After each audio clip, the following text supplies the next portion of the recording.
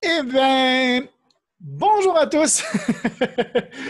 Le marché dans vos gaz, mais on continue à faire des pips dans nos sessions de trading en direct, dans les pips party, comme on appelle.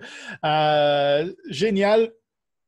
Excusez-moi, j'étais comme en train de faire quelque chose en même temps, de lancer le record. Donc, bienvenue à l'analyse de la semaine. Cette semaine, encore une fois, on va faire le tour de toutes les paires. On va revenir sur le Bitcoin car il ne faut pas se laisser endormir, même si pour l'instant, il n'y a vraiment pas beaucoup de volatilité, là, environ 4-5 peut-être un petit peu plus là, par jour. Donc, c'est vraiment pas beaucoup. L'heure qui monte et qui monte et qui monte jusqu'à quand? Donc, petite question qu'on va se poser et qu'on va analyser. Le SP500 ainsi que le yen japonais aussi qui nous prépare peut-être quelque chose à voir cette semaine. Et comme d'habitude, on va faire également le tour de toutes les monnaies. Un peu toutes les monnaies majeures, on va dire. D'ailleurs, la question de la semaine est, est-ce que tu trades des paires majeures uniquement ou est-ce que tu trades aussi des exotiques? C'est la question. Alors, les paires majeures, il y en a qui me demandent c'est quoi les paires majeures pour ceux qui ne savent pas. Eh bien, US canadien pour ce qui est aux Amériques, euro, franc suisse et livre sterling, donc le CHF, l'euro, EUR et GBP pour ce qui est en Europe, et le JPY, yen japonais, le dollar australien AUD et le dollar de Nouvelle-Zélande, NZD, pour ce qui est de l'Asie. Donc voilà. Donc, question, est-ce que tu trades juste les paires entre ces monnaies-là ou est-ce que tu trades aussi autre chose comme l'or, le pétrole, le bitcoin ou les paires exotiques comme le NOK, le TRY? Voilà, donc c'est la petite question que je vous pose aujourd'hui. On a pu faire 3 sessions de trading en direct sur notre site web novimatrix.com qui ont été annoncées dans notre Telegram donc, et ça a été live aussi sur cette même chaîne YouTube. Donc, si tu veux être au courant, je t'invite à t'abonner, à mettre la petite cloche et aussi à rejoindre notre Telegram. Le lien va être en dessous ici dans la description ici sur YouTube. Donc, est-ce que vous êtes prêts? On part pour l'analyse de la semaine. Analyse de la semaine qui, bien entendu, n'implique que moi, comme d'habitude, mais qui pourrait aussi, je veux dire, qui est là, qui est fait dans un contexte d'éducation seulement. Et si vous tradez, faites attention parce que ça comporte des risques. Voilà, donc petit avertissement a été dit. On va commencer par le Bitcoin. Le Bitcoin, on sait que on va aller d'abord sur le monthly. Je vais vous montrer quelque chose sur le monthly, donc en mensuel sur le Bitcoin. Hop, on va étirer ça un peu. Voilà, voilà. Donc, on va voir un peu plus ce qui se passe. Qu'est-ce qui s'est passé sur la dernière tendance comme ça qu'on avait quand ça a cassé en fait finalement vers le haut? On a eu une belle montée du Bitcoin qui a poussé en fait jusqu'à un retour même au niveau des 14 000 à peu près. Là. Il avait touché, je pense, les 14 000 avant donc de retomber même jusqu'ici là, au 3 800. Mais on a eu une première cassure, boum, qui avait poussé en fait le Bitcoin jusqu'à 14 000. Et là, en fait, depuis, on est en consolidation et là, vraiment, ça devient de plus en plus petit. Ça se tasse. Vous voyez comment ça devient les petits. Il n'y a quasiment plus de mouvement. Sur le mensuel, on voit la même chose. Donc, sur le weekly, sur l'hebdomadaire. Et ça, en fait, vous voyez, comme on en a parlé déjà, l'analyse est à peu près la même que les semaines précédentes, bien entendu. Mais on peut regarder donc que le mouvement devient de plus en plus, rentre de plus en plus en maturité. Alors là, on a le mouvement mensuel qui est la grande ligne blanche qui est là. On a un mouvement weekly qui se passe ici, vous voyez, avec le top de la consolidation. On a le triangle chartiste qui est en train de bien, là, ça devient de plus en plus petit ici. Et là, quand on va sur le daily, c'est la même chose. On rentre vraiment dans quelque chose qui est vraiment de toute beauté. Voilà. Donc là, on a une base en haut qui se maintient. On a ici, donc on avait une petite là, consolidation qui se faisait en dessous. Là, on a monté, on est passé à l'étape supérieure. Donc, on peut continuer à avancer vers ici. Et là, si ça casse vers le haut, on a une deuxième cassure, troisième cassure. Là, ça peut amener le Bitcoin à monter ici à peu près là, au 11 006 assez rapidement. voire continuer sa montée et aller rechercher en fait le 14 000 ou en même temps la zone des 16 000, là, parce que là, il va y avoir beaucoup de traders sur le marché en même temps, des traders, des spéculateurs, des investisseurs. Tout le monde va rentrer en même temps. Donc, sur le Bitcoin, gros mouvement et avec une consolidation, là, les mouvements qui se resserrent comme ça, normalement, ça amène après ça une explosion. C'est ce qui peut. Et regardez ici, quand il y a eu la zone ici où ça a été petit, on a eu un faux départ vers le bas avant de remonter vers le haut. Et c'est ce que je vous dis que c'est depuis 2-3 semaines, je vous dis qu'il y a des chances que c'est ce qui se passerait en fait selon moi, c'est qu'on amène un faux départ vers le bas avant de boum, tout éclater, donc pour piéger en fait des traders qui seraient rentrés en sell ici, donc parce que si ça sell, si ça part vers le bas, on irait vers les 6008. Donc il y en a beaucoup qui peuvent prendre des positions en sell si ça casse vers le bas. Donc, pour moi, ce serait plutôt un piège.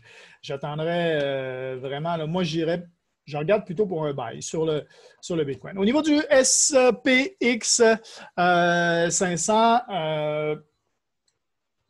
SP500, ben, le gap a été comblé la semaine dernière. On a ça ici. Hop, ce gap-là qui avait eu lieu là, il y a quelques jours, boum, a été comblé. Boum, la semaine dernière. Donc là, est-ce qu'on va plutôt aller chercher le deuxième gap qui est le gap du mois de mars, là, avant la chute du coronavirus? Donc, on n'est pas loin de ce truc-là. On a une belle consolidation qui se fait ici depuis quelques jours, qui se fait justement sur le haut du gap. Donc, logiquement, la prochaine étape, c'est d'aller chercher donc la deuxième partie.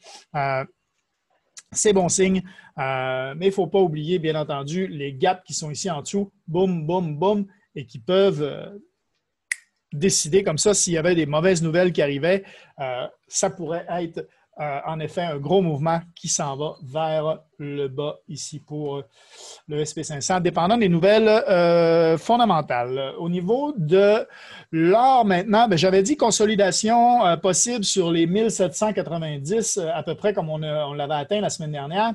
Eh bien, ça n'a pas eu lieu. Ça a carrément cassé tout de suite les 1790 avec un retest de la zone derrière. Donc là, est-ce qu'on va plutôt avoir la petite consolidation ici à la bas? Est-ce qu'on va plutôt avoir une consolidation ici au-dessus des 1790 ou on va aller chercher directement, retester en fait complètement en bas? Est-ce que ça va maintenir? Donc, à voir en début de semaine. Ce qui se passe, oui, en début de semaine, parce que pour moi, l'or doit consolider à un moment donné. mais quand on regarde le risque d'inflation qui est important dû à l'injection d'argent qui a eu lieu en masse par les banques centrales, les gouvernements qui ont fait marcher la planche à billets à fond, il y a des chances que l'or continue de monter. Hein. On sait que s'il y a beaucoup d'inflation, l'or pourrait continuer de monter. Et là, prochaine étape, les 1910. Donc, est-ce qu'on va aller les chercher? Probablement pas cette semaine, hein, partez pas en peur, mais il y a des chances qu'effectivement, là, c'est vers là qu'on s'en va, en fait. Tout dépendant de ce qui s'en vient et de ce qui va se passer encore une fois. Pour découvrir davantage, d'ailleurs, sur la psychologie de trading, je vous invite à vous abonner à la chaîne et à mettre la petite cloche parce que lundi, cette semaine, je vais sortir une vidéo qui est spécialement sur le sujet, la psychologie d'un cycle de trading. On va revenir, entre autres, sur l'or. On va voir à peu près où on se situe. Donc, on va analyser davantage là, cette paire-là qui est l'or. Et pas juste l'or, mais parler de toute la psychologie de trading et la psychologie d'un trader, de nos trades, de tout ce qu'on fait. Vous allez voir, et même dans la vie de tous les jours, vous allez voir que ça peut ressembler à ça pas mal. Si on se met maintenant sur le pétrole, on a un master dans l'équipe Réussir Ensemble qui, à force d'être attentif, puis à force de répétition de trades sur le pétrole, il commence à bien maîtriser la paire, notre Sébastien. Et puis, nous sommes toujours dans le haut du range pour l'instant, forte chance de cassure vers le haut. S'il y a une reprise économique, en revanche, avec la montée des cas du coronavirus en Australie, au Brésil, aux États-Unis qui a eu lieu dernièrement, s'ils nous font le coup d'une deuxième vague, eh bien, Je ris, mais ça ne sera pas drôle. Mais si c'est le cas et qu'il y a un nouveau confinement ou quelque chose comme ça, ça ferait chuter le pétrole encore une fois. Donc, soyez pas trop agressifs. On est quand même sur une zone 40, là, une zone qui est importante. Bien entendu, il y a encore un petit gap ici à la zone des 52 à aller chercher, mais on va voir ce qui se passe. Ça se passe plus au niveau fondamental de ce côté-là pour l'instant, au niveau du pétrole. Parce que là, on consolide. Il y a l'air d'avoir un consensus là, entre les acheteurs et les vendeurs sur ce prix-là des 40-42. C'est ce qu'on avait annoncé déjà depuis un moment avec la Russie, avec tout ce qui s'était passé entre l'OPEC et la Russie. Mais voilà, donc on reste sur ça. Au niveau du dollar canadien, le gap n'a pas été comblé cette semaine et on a continué à ranger. On a consolidé. Par contre, on voit qu'il y a eu un creux ici et là, on est en train de consolider. Donc, un peu une tasse avec une anse. Donc, possibilité ici de cassure pour aller combler le gap qu'on a ici. 2, se repositionner dans le range du dollar canadien qui est plutôt celui-là entre les deux lignes vertes ici. Le dollar canadien, historiquement, se situe plutôt ici. Donc là, il est bas, en fait, en ce moment, le dollar canadien. Donc, c'est ça qu'il faut voir. Par contre, il y a des ranges qui sont ici en bas et donc possibilité aussi de redescente pour aller combler ces ranges-là. Il ne faut jamais oublier les possibilités. Hein? Donc, quand vous prenez un trade, ayez toujours l'idée en tête du risque que vous pouvez prendre, en fait. Donc, et soyez toujours prêts, justement, à aller avec ce risque-là. Au niveau du USD, le dollar US, on sait que si on dézoome un peu, le dollar US, ou même si on se met en weekly, voyez, bon, là, en journalier même, on avait une tendance qui a été, on a eu le freak-out vers le bas, freak-out vers le haut ici. On avait un beau canal qui se formait. On a eu un range. Le dollar US se maintient pas mal dans des zones. Hein? On est pas mal dans des zones. Et là, on a chuté, on est allé se positionner même carrément en dessous de la tendance. Et là, on range sur la tendance. J'avais parlé, moi, d'une descente, en fait, ici. Elle a eu lieu. On est venu, mais on n'a pas réussi à casser ce gros support ici sur le dollar US. Si on casse ça, effectivement, on pourrait descendre et là, on irait chercher la prochaine zone, donc ici. Donc là, ça pourrait amener un dollar US très faible si on a une cassure de cette zone-là. Tandis que et surtout à l'approche des élections comme ça aux États-Unis, il y a des chances que parce que le dollar US deviendrait instable, donc il y a des chances que ça fasse ça. Par contre, moi, je pense peut-être à un rebond cette semaine possible parce que là, on est sur le support. Donc, à voir justement le début de semaine si on casse ou si on maintient le support et donc si on reste dans ce range-là. Si on reste dans le range, ça veut dire que le US, le marché va rester là, un peu endormi cette semaine. Et donc, le dollar australien maintenant. Dollar australien. Ici, dollar australien, donc, qui est qui a dollar australien, il y a toujours les gaps ici et ici à aller chercher. Par contre, on avait un range qui s'était mis en place. Boum, on a cassé vers le haut. Belle consolidation ici de plusieurs jours. Cassure vers le haut, retest. On maintient. Donc là, petit range, peut-être c'est une petite cassure, hein, on ne va pas s'énerver. Mais petite cassure ici, et donc le dollar australien pourrait carrément repartir vers le haut. Mais moi, je pense que ce qui est un risque d'arriver, et là, c'est toujours à regarder en début de semaine, c'est un faux départ, remplir le gap, et boum, après ça, on y repart avec de l'élan. Il ne faut pas oublier que sur le dollar australien, est-ce que c'est sur le dollar australien que j'ai le MA 800 qui est juste ici au-dessus? Donc, possible là, ici qu'on vienne tester le MA 800 et qu'on vienne chercher le gap avant le départ finalement vers le haut. Il y a des chances là, que ça fasse ça ici.